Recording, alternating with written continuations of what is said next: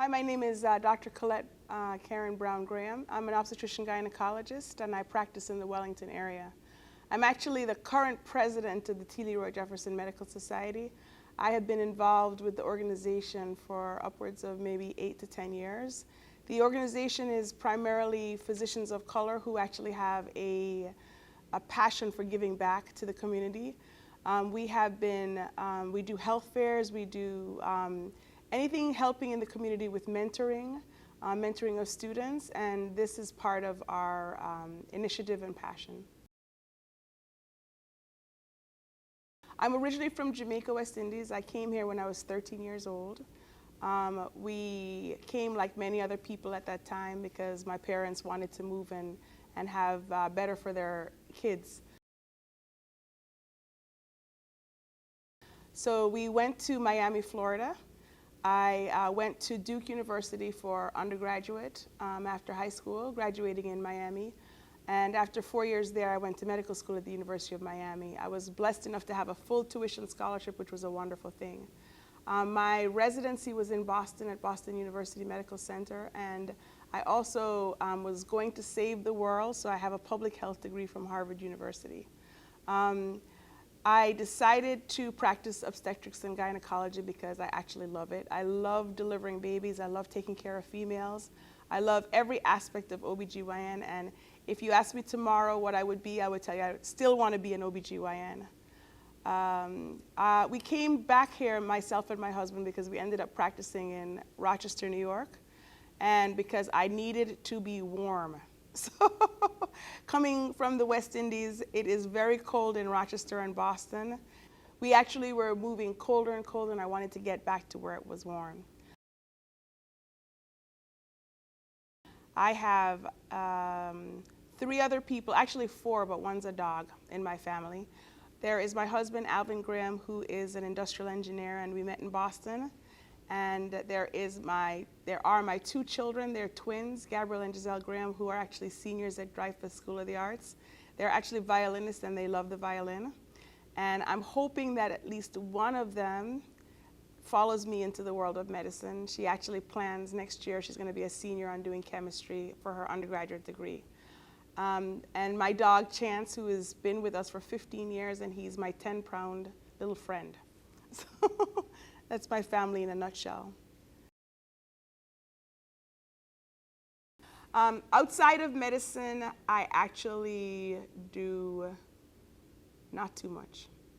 Because obstetrics and gynecology, if you love being busy, it's a very busy profession.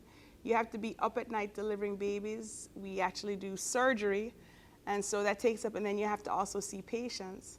And if you couple that with being president of T. Leroy Jefferson Medical Society and doing events such as mentoring and taking care of 2 kids and actually trying to make sure that your marriage stays wonderful, that actually is an extremely full life. I do attend church and I go to prayer meetings, but apart from, I love my garden, if that's something you do outside of medicine, but I don't really get to spend the time in it that I should because I'm really busy with medicine and my family and T. Leroy Jefferson Medical Society, and that actually takes up the majority of my time.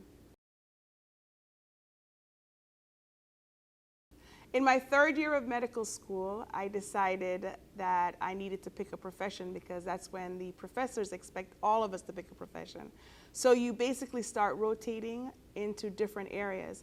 And I was at a loss. I knew I didn't want to be an internist. I knew I didn't want to be a pediatrician. I was like, I don't want to be an anesthesiologist. And what drew me to obstetrics and gynecology is that you actually get to see and do everything. You get to do some surgery. You get to take care of some patients on a primary care basis. You actually absolutely get pediatrics because you see your patients and they bring them in at all different ages. So you're actually, and the best thing about it is that you develop lifelong relationships with your patients. So the bonds that you make with your patients are actually almost unbreakable. When you deliver someone's baby, essentially you're part of their family, actually forever.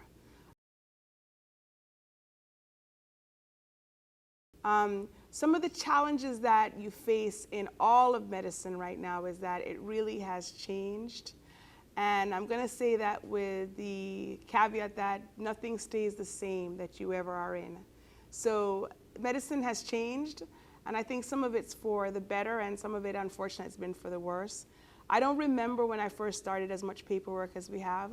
We have too much paperwork, and I think the computers, although I love them, and we've been computerized for several years in my office, actually adds more burden and more work to a physician than not, because you can take your work home with you. I'm never without my tablet, my computer, so I always have the results. So I can't say, well, I'll go tomorrow and look up your results. I actually can look them up right at that moment.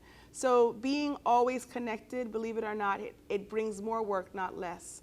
So the other challenges in medicine are always going to be the malpractice aspect of it. And don't let anybody fool you into thinking that that's not something that we care about. It's very difficult to take care of patients year after year, month after month, and to have something that is not your fault be a reason for you to be worried about a lawsuit. So that is something that I think is a challenge that permeates all of medicine. I don't know how we're going to change that, but something that probably should be addressed with universal health. And the final challenge, I think, is just the one of commitment to time. I know way too many physicians that are divorced and that don't end up having a family because they're so busy. And I actually promised myself that my family would stay as important to me as the patient care that I give out, because you have to be happy in your social life to actually be a good physician and a good provider to other people. I think that careers in medicine are boundless. And the best thing about medicine is it's portable. I don't have to be a doctor here. I could be a doctor in Utah. Not that I'm going to Utah. I could be a doctor in any state I want to be, because that is the real incentive with why do medicine. And it's the same with any aspect of medicine. If you're an ultrasound technician, you don't have to be an ultrasound technician in Florida. You can go be an ultrasound technician in California. Of course, you have to pass their boards there, but my point is that that is such an important thing, and it's one of the things my mother told me about a profession. She said, pick a profession that you know you'll be needed. Unfortunately or fortunately, people will always need someone to take care of them.